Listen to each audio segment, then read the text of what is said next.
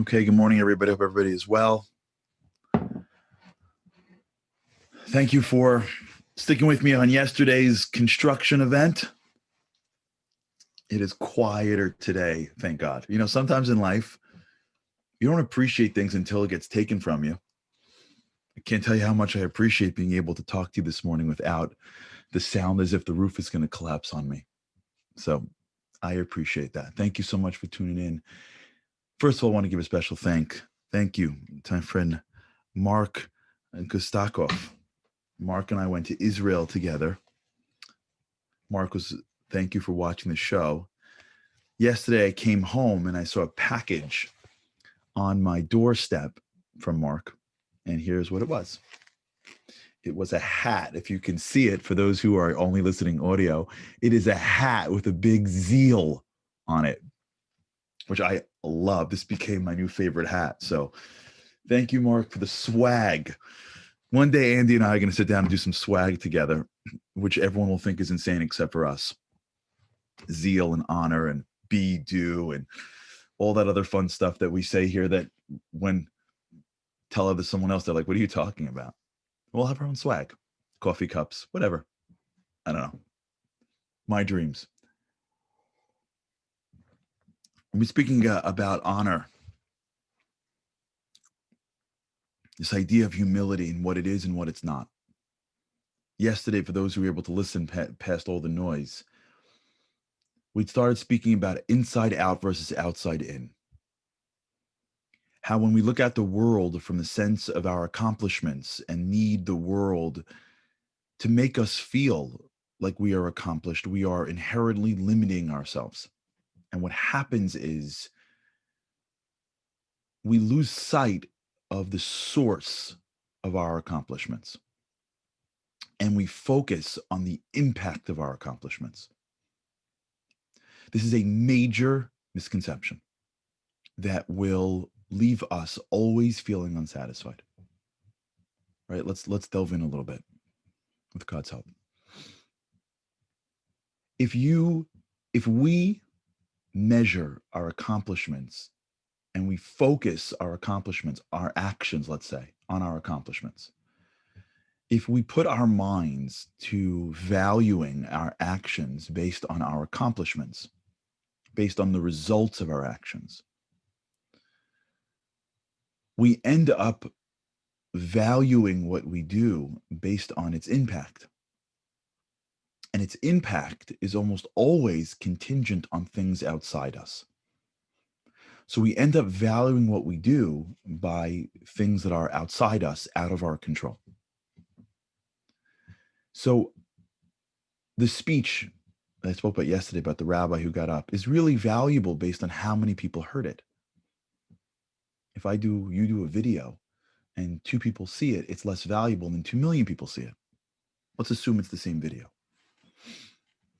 If someone walks up to the teacher and says, you changed my life, and her teaching was much better or much more valuable than a teacher that never had that. If we work and end up making X amount of dollars, it's much more valuable than if we make less, right? We value the things that I do based on the impact that it has on other people. Now, what happens then is we need other people in order for us to feel valuable. Now, let's take it one step further. Once I look outside myself to find the value in what I do, in a way, I give more credit to my actions. I'm more vulnerable, if you will. I'm more at risk.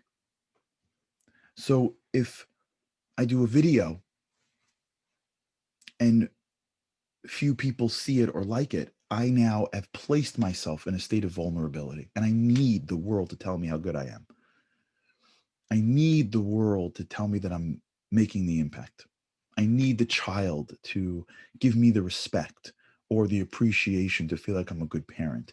I need the bonus to show that I'm a good employee. I need the toys in order to feel like I'm accomplishing what I want financially, right? If you can picture it, as I look outside to value my action, I need outside more and more and more and more. So if you can picture when my brain starts valuing what I do, it begins in my actions and it ends in my accomplishments. So my actions really are the beginning of what I'm looking at. And then that's why you hear words that like words are cheap. You hear these maxims, words are cheap. It's the action that counts. Sticks and stones may break my bones, but words can never hurt me. Do you hear what I'm saying? This physical way of seeing the world places the value on what we do in the beginning and then what we have at the end. And in that state, it's very vulnerable. Your self-worth at 16 could be not what you wear, but what your friends think of what you wear. Your self-worth at 20s could be not what you do, but what your community thinks of what you do. So if you're living a physical lifestyle in your mind, a physical mental lifestyle, if we live from a physical or materialistic perspective, the domain of what matters to us begins in our actions and ends in our impact. And that's where we play. Actions to impact. And it's a very dangerous road because there's a lot of things that we do that don't have the impact that we want. And there's some people that should give us the response and the respect and don't because of issues that they have. I remember when my kids first, when in April, May, whenever COVID first hit, and my kids were on Zoom with their classrooms. My gosh, my son's teacher, like God bless him and God bless her. I mean, like they're trying their hardest. I mean, like 10-year-old kids. I don't know if you're a teacher of 10-year-old kids, but holy mackerel, that's a significant job. Elementary school teachers, man, I have new respect for elementary school teachers. Holy cow, what I listened to for 6-8 minutes, just when the poor teacher was trying to do a roll call. I'm here. And he was like, no, I'm in alphabetical order. But I just want to tell you that I'm here. I'm like, I'll get you. I'm in alphabetical order. And like Mrs. So-and-so, can I put a background? Mrs. And like, you can't get, I'm like, I personally was ready to take the computer, be like, can everybody please stop talking? Yeah, third and fifth grade, my gosh. It's unbelievable. Like, you must be heroes. But like, I can imagine a teacher looking at him being like, holy cow, like these kids can barely pay attention.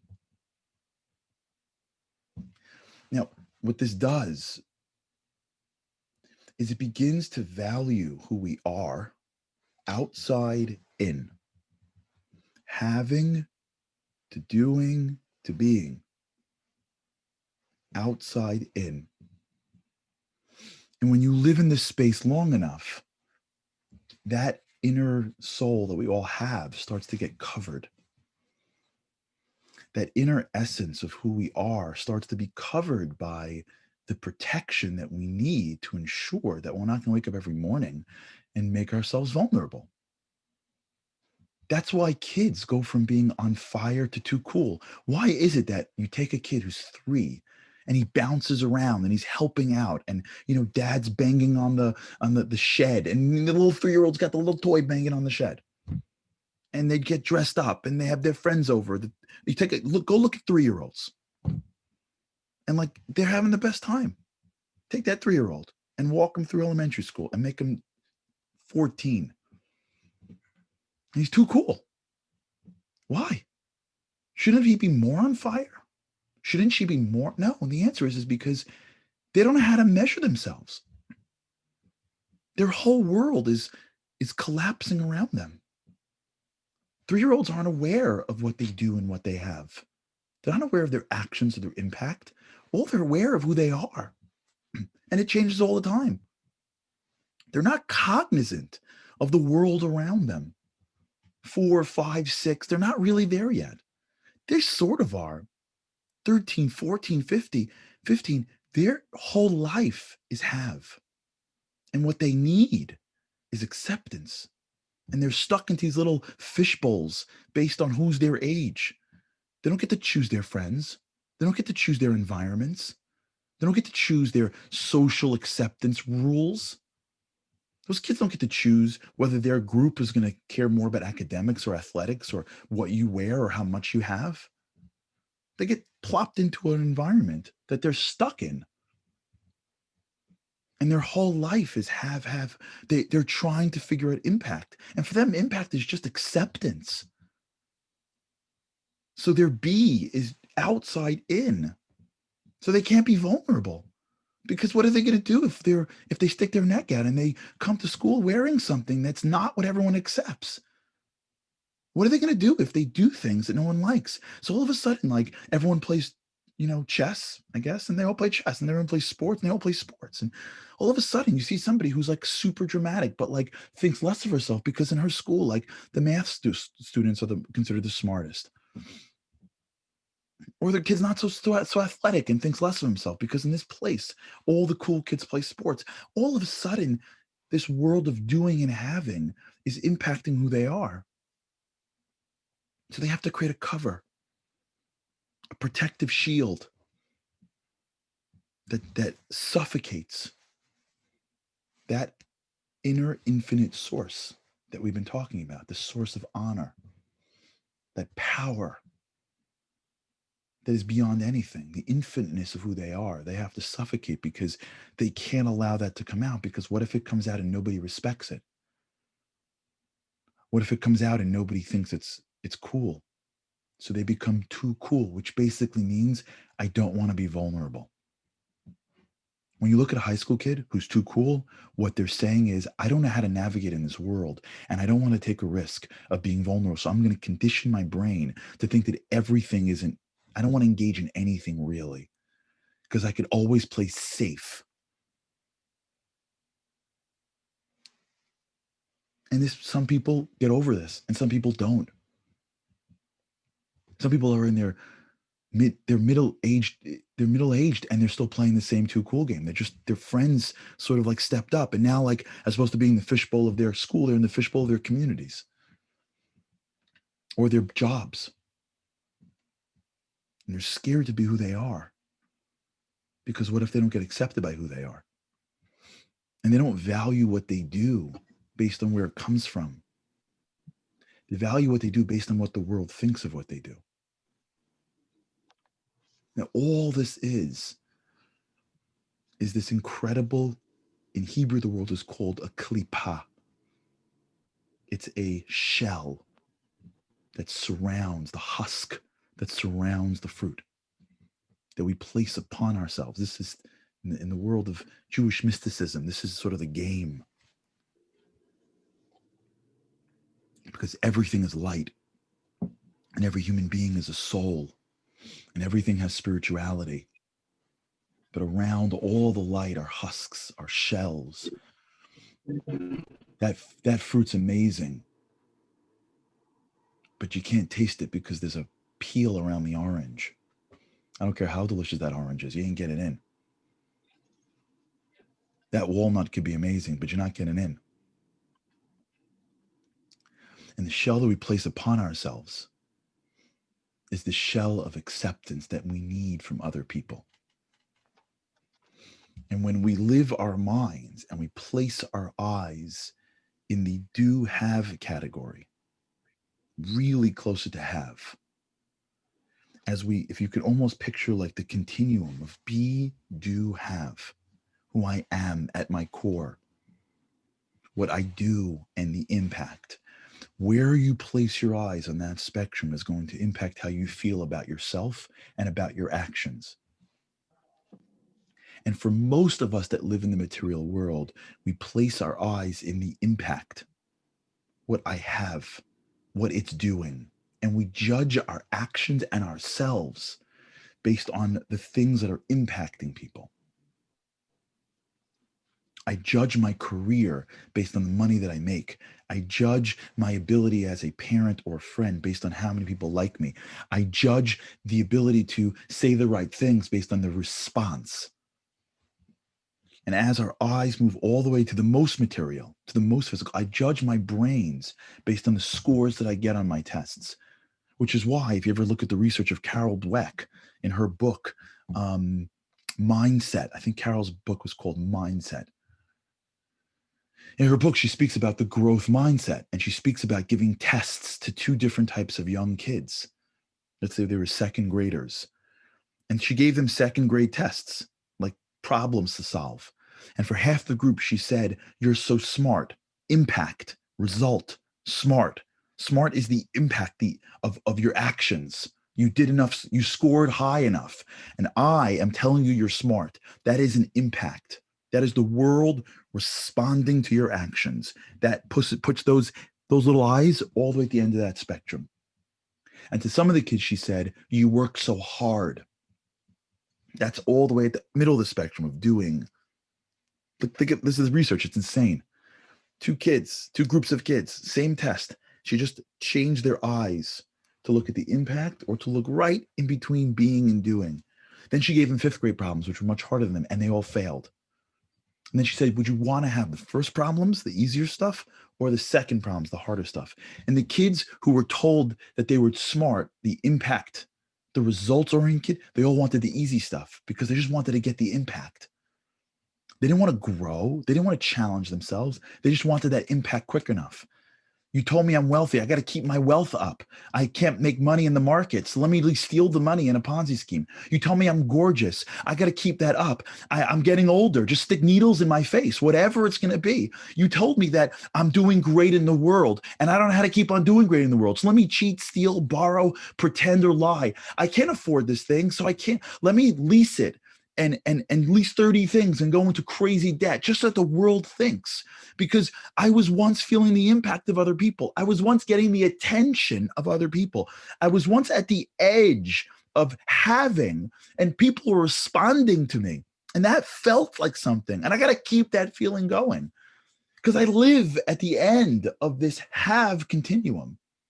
And now that I don't have it anymore, my actions aren't producing that much money. I got to fake it. I got to pretend it. I got to draw it from you. I once felt like I was important, and now I stepped up into the next category. No one has told me I'm important later. So I got to draw it in.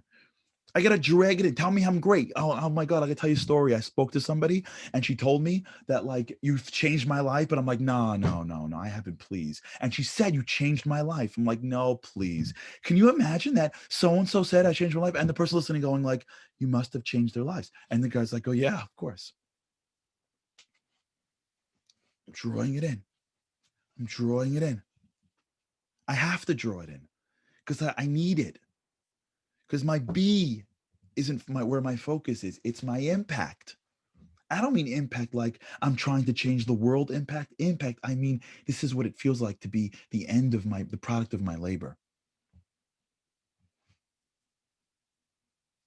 And when my impact is my number one focus, and I don't feel like I'm getting it, because you can't, because it's physical and you're spiritual, then I have to figure out a way to make myself feel more important than I really feel. And so as a result, I have to focus other people on me, or I have to focus on building me up, or I have to protect my own fragileness. I have to demand respect. I have to be makbid. Makbid is like I have to be exacting on my honor. I get upset when somebody doesn't give me the proper respect because that means that the impact isn't right. And I can't even deal with that. All right, we're going to build this. There's a lot more to talk about this, but we're going to build this with God's help. You see, that's called outside in. I get my sustenance, my emotional sustenance, by what the world tells me every day. I've addicted myself to being liked on social media, that if I don't get as liked, I feel less of myself. I've addicted myself to being told how fill in the blank I am by others, that if I don't get that same level of respect or feedback from the group, I feel less of myself. Now, if it's flowing and flowing and flowing, I can't tell. But once the waters go down and I feel less, that's when the truth comes out. That's when I feel like I have to go out and get it because I'm so used to, or I so need, or I so value somebody else's feedback for me that if I don't get it, I feel lacking. Arrogance isn't like we're bad people. Arrogance isn't bad. Arrogance is insecure. The most arrogant people you know are just insecure. I don't care how big and tough they look.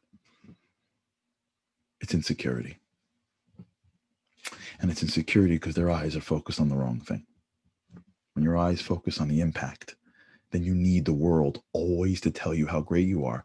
That's a really insecure place because the world doesn't care about you. The world cares about itself. And when our eyes are focused on the impact and what people say of us, we are walking on shaky ground.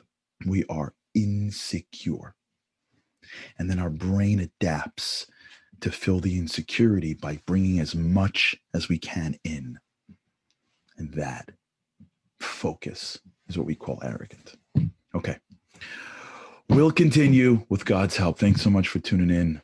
I hope you enjoyed the quieter background today. Think about this today. We all suffer from this. Unless you are fully evolved, every one of us, me and you, have this in our heads.